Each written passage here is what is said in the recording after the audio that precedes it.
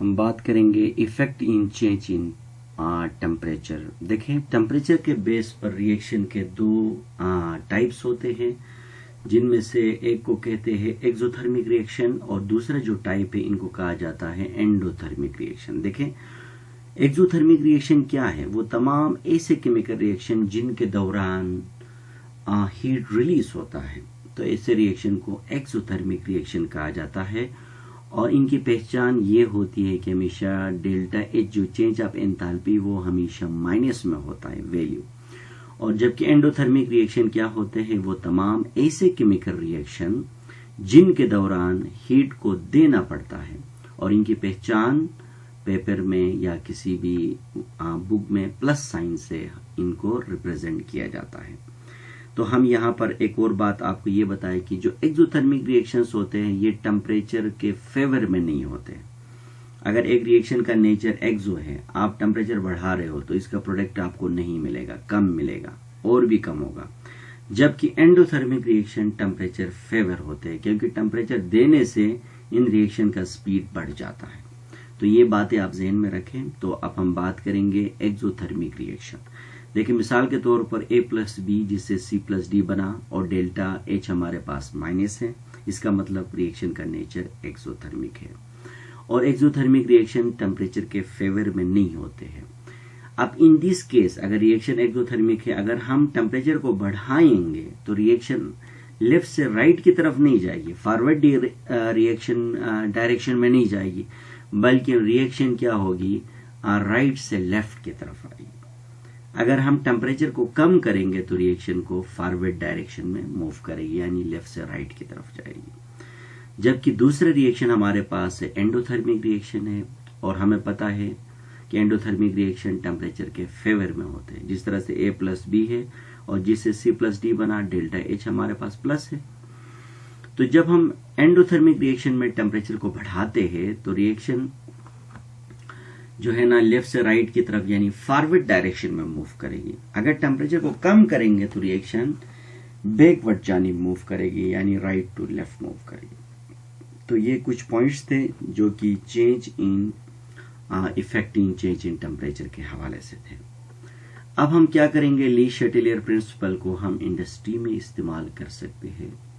और जैसे कि हमारे सिलेबस में हमारे पास सिंथेसिस ऑफ अमोनिया है।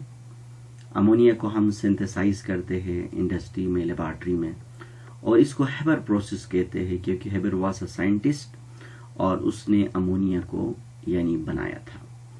और हमें पता है रिवर्सिबल रिएक्शन में क्या होता है, 100% अमोनिया हासिल नहीं होता है। अब 100% अमोनिया नहीं बनता है, यानी रिएक्टेंट 100% प्रोडक्ट में तब्दील नहीं होता है।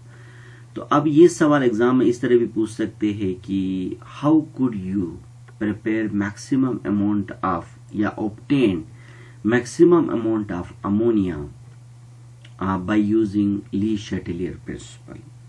तो हमें यहाँ पर ये करना होगा कि ली शटेलियर प्रिंसिपल के मुताबिक हम ज्यादा से ज्यादा अमोनिया कैसे बना सकते हैं।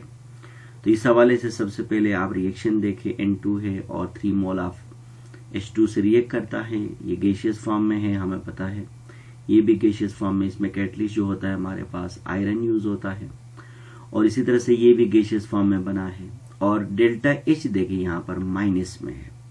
इसका मतलब ये है कि चंद मालूमात हमें लेना पड़ेगा, वो ये है कि रिएक्टेंट में number of moles of concentration ज्यादा है, वॉल्यूम भी ज्यादा है, प्रोडक्ट में कम है। नेचर ऑफ रिएक्शन क्या है, एक्सोथर्मिक है। तो ये तमाम बातें हमें ज़हन में रखना है। अब हम सबसे पहले क्या करेंगे, पहला फैक्टर अप्लाई करेंगे। तो पहला फैक्टर अप्लाई करने के लिए हमारे पास दो रास्ते हैं। एक रास्ता ये है कि अमोनिया जितना बना है इसको विड्रॉ करेंगे, या हम रिएक्टेंट साइड की कंसंट्रेशन को बढ़ाएंगे। तो लेट सपोज हमने अमोनिया जो बना है इसको हम विड्रॉ किया, हमने जो बना हुआ अमोनियम को निकाला। जब अमोनिया को निकाला तो डेफिनेटली जो रिएक्टेंट बना था वो दोबारा इक्विलिब्रियम हासिल करने के लिए, यानी जब हमने अमोनिया निकाला तो रिएक्शन डिस्टर्ब हो गई।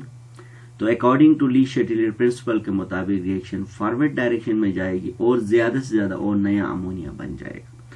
तो हम अमोनिया निकालते जाएंगे और रिएक्शन फॉरवर्ड डायरेक्शन में चली जाएगी ली शटीलर प्रिंसिपल के मुताबिक, और ज्यादा से ज्यादा अगेन अमोनिया बनते जाएगा टिल की वो सारे का सारे रिएक्टेंट प्रोडक्ट में तब्दील ना हो। ये है पहला फैक्टर।